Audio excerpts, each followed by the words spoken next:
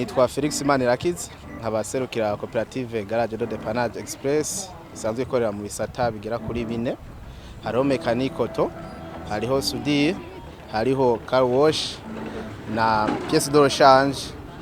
Muri ivyo bisata twarashoboye gupostera present umugambi wacu wa sudire moderne. Twifuza guhindura uburyo twakoramo akazi.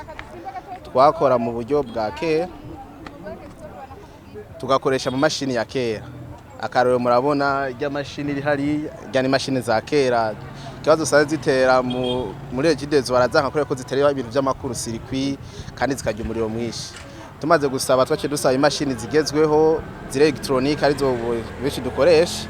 Akarero nizi ngaha mubona nizo bashoye kuduha muri Paeej, nizo dukoresha ubu zire electronique zigezweho kandi zikora ibintu neza. Nta kugira ubwoba ngo turabitoba gace turona ibintu by'aba boss. Ikindi ciyongeye muri no mugambi wacu tumaze kuronka ibikoresho bikwiye ubu dukora akazi kenshi cyane. Kuvuga ko dufise irya mashini imwe nta muryango canke idirisha ashobora kumara ku munsi. Umugora wanavuva mu gitondo utanguye gukora murabona ibikorwa bigeze aribyo tumaze gukora vraiment birashimishije ku munsi. Dufise imashini zibiri zikora zinyarutsa kandi umuntu arihuta mu kazi kandi dukora ibintu bifise isuku byiza cyane. Muri sudire moderne ivyo dukora turakora imiryango, turakora amadirisha, turasakara amazu, turakora ibitanda n'ububati.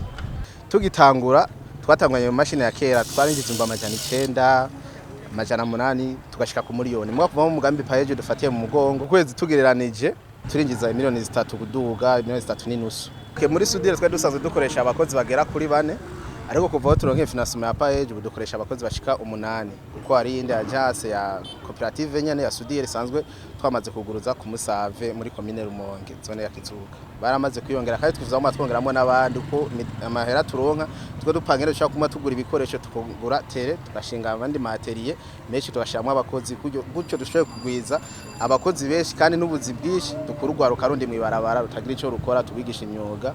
Hariho abanyeshuri turiko turigisha ubu, harimo bari ku Musave n'abandi nuko batatonze uyu munsi dusanzwe twigisha umwuga nyene wa sudire kugira ngo bikunde tubakore mw'ibarabara bashoboye gukora. Akarusho tumaze kugera ko ubu nuko umwe wese amaze gufata ikintu nk'akazi kiwe dufise imishahara. Twatangwe turi mw'ibarabara, twava muhira mw'ibarabara tukaja kujya muhira mugubu utwese twarahevye muri wacu. Dufise adresse kandi ubu uturinjiza turonka amahera twikenura mu byo dukeneye byose.